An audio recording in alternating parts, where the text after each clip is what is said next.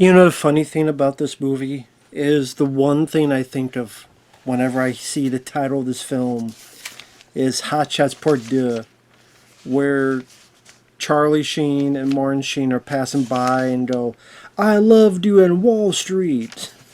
But this is a paid request from RB, who sent in quite a few requests. Thank you so much for that. I really do appreciate it. For those interested in requesting any type of videos, movie reviews, re-reviews, random thought streams, commentaries, video game playthroughs, random, whatever the case may be, movie review, re-review. Thank you guys for your patience and for sticking with me. Thank you for your generosity. Try and get these out as soon as I can. And if you want to request any type of video, PayPal is the best way to do it. Do have a Cash App as well. Links are down below in info box, and I will get to it as soon as I possibly can. For those who sent them, thank you. I do appreciate it. Now, this is Wall Street from 1987, which is Oliver Stone's follow-up to Platoon, which I do like Platoon. It's not my favorite Vietnam War film. I would put films like Hammered or Hill and Full Metal Jacket above it, but I do like Platoon. And then, let's see, he did this, and then my favorite would probably be Any Given Sunday and JFK as my two favorite Oliver Stone films. He did Natural Born Killers, which I know Quentin Tarantino hated. He wrote the film, but he hated the way Oliver Stone had done it. But that's a film I go back and forth on. I'm not really big on it, but there's parts I do like about Natural Born Killers. And again, I like JFK. Any Given Sunday's my favorite of his. I could never get into this film. I know, how dare I? I did preface it with listing Oliver Stone films I did like, but I could never get into this. And number one, I don't give a shit about the stock market, stockbroker lifestyle backdrop. If you want to tell me a list of jobs that shut my brain down to the point of I don't give for zero fucks about it, the stockbroker stuff. Was like sell, buy. But I always think of Ferris Bueller's Day Off, where Cameron is doing, they just make you fun of the way they're moving their hands and shit. And that's one of the reasons why I don't mind trading places with Eddie Murphy and Dan Aykroyd, but I don't love it. There are parts I like about it with those two actors. And you see Jamie Lee Curtis naked as well. But when it gets the whole stock market stuff, like that stuff just bores the ever-loving shit out of me. Now, I could watch it over this, and I don't hate the film, but I don't love it compared to 48 Hours, or Beverly Hills Cop 1 and 2, or The Golden Child, or The Distinguished Gentleman, or other comedies of Eddie I prefer. With this, I just don't give a shit about the whole backstory and lifestyle. It's just so uninteresting to me that the story just bores me. Now you just say, well, the story is more about a guy who gets kind of gripped and pulled into greed, ready to sign a deal with the devil, and ultimately his conscience gives way. I get that, but there's multiple other films I could watch for that story. But the backdrop is just more intriguing to me. Even The Devil's Advocate, which literally was with the devil, that intrigues me more compared to this. But I will give credit where credit's due. The acting by Charlie Sheen, Michael Douglas especially, and Martin Sheen are good. They are good in the movie. Charlie Sheen plays Bud Fox, who's a stockbroker. He's trying to make ends meet. For the most part, the cast is good, except for one exception, which I'll get to in a bit. But he's at work. There's John C. McGinley, who was in Platoon, and he was in a bunch of stuff. He had a big part in Seven. He was in On Deadly Ground. He was in Highlander 2. He was on the TV show Scrubs. You've seen him around. He's a good character actor. You also have James Karen, who is in The Return of the Living Dead. He's one of the bosses. And also Hal Holbrook from John Carpenter's The Fog and Creepshow. He's one of the other bosses. So that was cool to see. Martin Sheen plays Charlie Sheen's dad, and they work well together. And then Michael Douglas as Gordon Gekko. Everyone always remembers greed, for lack of a better word, is good. He's a guy that's willing to sell your baby off if it can make him a profit and barely bat an eye. But he's not over the top. He's not hamming it up. But he's definitely a true type of villain of this era. I know he won the Oscar for his performance. And I always like to see Michael Douglas. I'm a fan of his. I love the film The Game. Romancing the Stone he's good in. It says always nice to see Michael Douglas. The Ghost in the Darkness.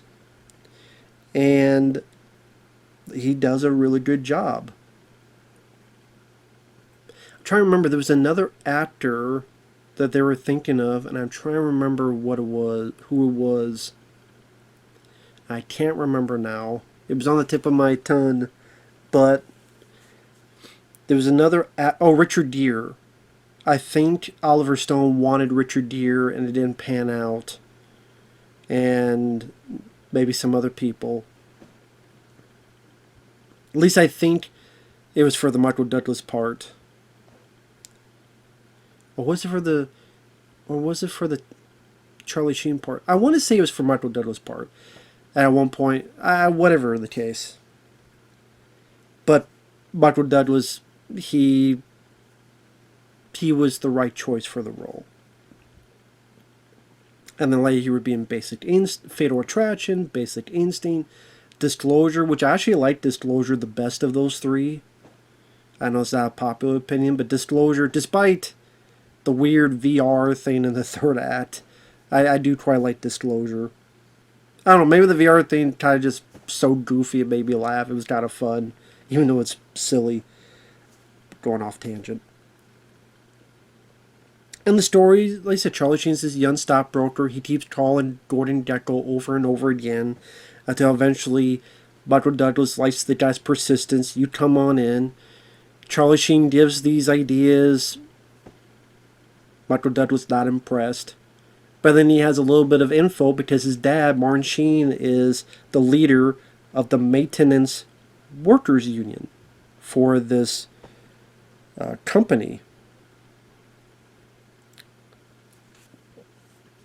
Is it Blue Sky? Blue Star. For Blue Star. And Douglas likes that. Of course, pushes that further and further, and that is insider trading, which you're not supposed to do. But Charlie Sheen does it and gets the success. He's given a hooker who gives him a blowjob, at back of a limo. And then he starts becoming like Gordon Gekko, and he starts trying to push and kind of slime his way into people's graces. And James Spader's in the film as a lawyer, and him and Charlie Sheen have a few scenes together. Always great to see James Spader. James Spader would have worked well for the Charlie Sheen role, now that I think about it. But Charlie Sheen did fine. I have not seen that Charlie Sheen documentary, but despite his fuck-ups in the past 10 years, I do like Charlie Sheen as an actor. It was cool to see people like Terrence Stamp. May he rest in peace. Sadly, he did pass away this year. But he's this investor who early on Michael Douglas fucks over. But then when Charlie Sheen wants the tables turned on Michael Douglas, just to help with Terrence Stamp, which he'll do it because that was his chance to fuck over Michael Douglas and get a bit of revenge for that. So think about it. You got Charlie Sheen, Michael Douglas, Martin Sheen, James Karen, Hal Holbrook, John C. McGinley, James Spader, Terrence Stamp. Sean Young is in it for a bit part, who of course was in Blade Runner, She was Lois Einhorn in Ace Ventura: Pet Detective. Einhorn is Finkel, and Finkel is Einhorn. The one person I haven't mentioned is Daryl Hannah, who's this interior designer. She was horrible. And apparently Daryl Hannah kind of realized she was horrible. And Oliver Stone, he's like, yeah, I tried to tell her to stay, but it wasn't the right choice. And I think Daryl Hannah won a Razzie for this. And I get it, because she stuck out like a sore thumb. Like the type of thumb that was stuck up your ass, my ass, and his ass for 2 days straight. And finally pulled up, and it was a fucking chocolate popsicle from this chocolate starfish. And ain't no fish around. It's the other kind of fish. The fish that smells like shit. Because her performance was shitty. It was awful. It was terrible. She tried to have this like accent. I don't know what the fuck accent she was trying to have. But it didn't work. And Daryl Hannah, I think she works in specific parts. I don't know if she's really the best actress to really have range. And she didn't work in this. I don't know what accent she was going for, but it just felt off, and I didn't feel any connection with her and Charlie Sheen, and she just stuck out like a sore thumb. She did not work at all. So. And really a chunk of it is just kind of Charlie Sheen doing these deals, getting more and more rich, finding more info, until ultimately Charlie Sheen gets the idea, why don't you get Blue Star, I'll be the president, we can expand on it, use some of the money I saved up. But Michael Douglas realizes he could fuck it over, dissolve it, sell it off, and make a shit ton of money. And Charlie Sheen's like, well, wait a minute, but that's going to mean my dad and all these other guys will lose jobs. Come on, man, all the money you'll make, your dad won't ever have to work a day in his life. Of course, not explaining what about all the other people who lose their jobs. But it's just about money. And he gives these speeches about money, and it's wreckable. That's why it's all about the bucks, kid. There's no nobility.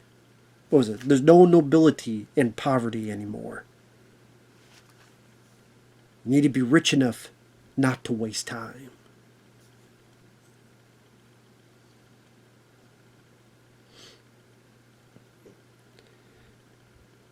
But again, Michael Douglas is not the mustache twirling villain. He's the type of guy that's you would see in these upper echelon corporations that care more about the bottom dollar than your next door neighbor, your human being. Cold, calculated, until you push him, he'll explode a bit. He does a little bit meeting Terrence Stamp face to face. He explodes a little bit. Same with when he realizes the stocks are tumbling and Charlie Sheen has fucked him over. I advise you to take it. Yeah, you take it up the ass. We got 2 minutes. Okay, there's no emotion in this. Remember that, Gordon. And it's an interesting shot when there's a shot where Michael Douglas says sell it and the camera pans down, and when he says sell it, all of a sudden the shadow casts all over Michael Douglas, and they did all with practical lighting. Like, you shoot it here, there's light, but if we go down here, the shadow will pass, and that's all you had to do. You don't have to put fucking CGI filters all over shit, just with camera work and lighting. And that made just that fall kind of more symbolic. Maybe too on the nose, but it worked for the scene. And then gets pissed at Charlie Sheen when they meet and punches him a few times. Spoilers for a film from 1987. Spoilers. Charlie Sheen's been arrested for insider trading. He makes a deal. Michael Douglas gets pissed off at him, punches him a few times. Charlie Sheen doesn't fight back. He's like, why? Why'd you do it? I always thought I wanted to be Gordon Gekko. And I realized No matter how hard to try to be Gordon Gekko, I'll always be Bud Fox. And that's the thing. It's not. That's who he is. He's not this guy. He's got a bit of a soul, got a bit of a conscience. And it probably worked out for him because I know he was in that Wall Street Buddy Never Sleeps sequel. Michael Douglas, Shia LaBeouf. I think Donald Trump had a cameo in it. But Charlie Sheen has a cameo. And apparently what happened was, I guess Charlie Sheen's character got out of jail, turned Blue Star into some huge company, was able to sell it, get rich, and now he's fine. Now, granted, he didn't seem like Bud Fox. He just seemed like he was just playing himself, just playing coked up Charlie Sheen. But I guess everything worked out well for his character. But again, I would give it for the acting, other than Daryl Hannah. But it's the backdrop that just doesn't interest me. The backdrop just doesn't suck me in. And so when they're talking about all these numbers and stocks, it goes over my head. No matter how hard I try to understand it, I still don't get it. Okay, yeah, buy this much, then sell this much. I would be the worst at the stock market because they could explain to me 10 times. I'm really like, huh? And because of that, there's so many of those scenes that it bores me. It doesn't interest me. And so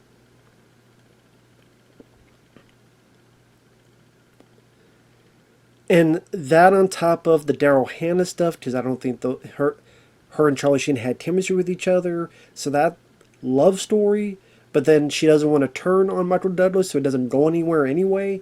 I thought that all fell flat. So I didn't give a fuck about Daryl Hannah and all the scenes with her in it. I thought she was terrible in it.